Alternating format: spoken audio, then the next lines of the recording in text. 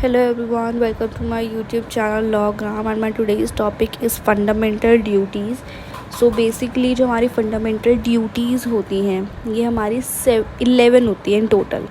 ठीक है, तो मैंने आपको ये पूरी 11 की 11 इन सीक्वेंस लिख के दी. जैसे कि फर्स्ट होती है abide by the constitution and respect the national flag and national anthem, follow ideals of freedom struggle, protect sovereignty and integrity of India, defend the country and render national service when called upon, developing the spirit of common brotherhood, preserve composite culture of the country, preserve natural environment, develop scientific temper and humanity, safeguard public property and avoid violence, strive the excellence in all spheres of life, duty of all parents guardian to send their children in the age group of 6 to 14 years to school.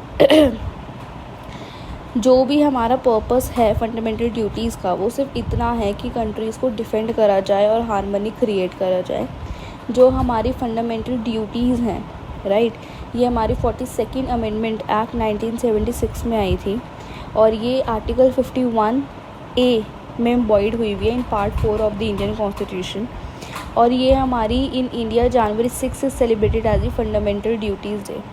ठीक है, अब इनकी जो enforcement of fundamental duties है पहले ये थी the court can not enforce fundamental duty meaning is unenforceable. जैसे हमारे फंडामेंटल राइट्स होते हैं वो उन्हें हम कर सकते हैं एनफोर्स, तो ये अनएनफोर्सेबल होती है. Second is there is no mention of any law in the constitution for a direct enforcement of the duties or to redressal of their violation. तो बेसिकली ऐसा कोई भी लॉ हमारे कॉन्स्टिट्यूशन मेंशन नहीं है कि वो ये बोले कि तुम्हें फंडामेंटल ड्यूटीज़ को इन्फोर्स करना है. और ऐसा कुछ भी मेंशन नहीं है, ऐसा कोई भी लॉ नहीं है कि अगर हम इसको फॉलो नहीं करेंगे तो हमें पनिशमेंट मिलेगी right. But if any law is made keeping in mind with article 14 and article 19 it will be honourable. Okay, criticism of fundamental duties ये आता है. The first point is some other essential subjects not included in list like paying taxes, family planning and voting etcetera. तो fundamental duties में बहुत important चीज़ें जो मैंने आपको 3-4 मेंशन करी है नहीं दे रखी. जो मैनी फंडामेंटल ड्यूटीज़ है ये अच्छे से डिफाइंड ही नहीं हुई हुई, दैट इज़ वाई ये अंडरस्टैंड ही नहीं करी जाती लोगों के द्वारा कि ये है क्या. थर्ड पॉइंट ये बात करता है कि एनफोर्समेंट ऑफ ड्यूटीज़ की कोई बात ही नहीं करी गई है. अगर तुमने एनफोर्समेंट ही नहीं करा तो उन्हें इम्प्लीमेंट कैसे करा जाएगा, इसलिए वो इम्प्लीमेंट हुई ही नहीं है.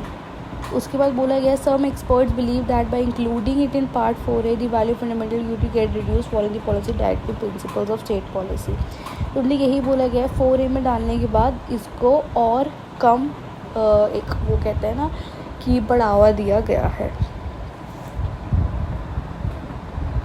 Then we have a Swaran Singh committee. Now Swaran Singh committee एक बहुत हाईली इंपॉर्टेंट कमेटी है. इन्होंने बेसिकली ये बोला था 1976 में the Indira Gandhi government constituted a committee under the chairmanship of Sardar Swaran Singh. तो कमेटी ने 8 फंडामेंटल ड्यूटीज़ दी थी पर गवर्नमेंट ने 10 फंडामेंटल ड्यूटीज़ को ऐड ऑन करा था. 3 सजेशंस दिए गए थे कि first one is parliament should be given a power to make laws for the implementation of this duties and to punish for the violation first. Second is such a law will be valid even if it violates the fundamental right. The third one is the duty to pay taxes should be a fundamental duty of the Indian people. But बात ये है कि इनके suggestions को माना नहीं गया था, बट इन लोगों ने अपने एंड से ये 3 सजेशन दिए थे. Thank you so much and subscribe to my YouTube channel.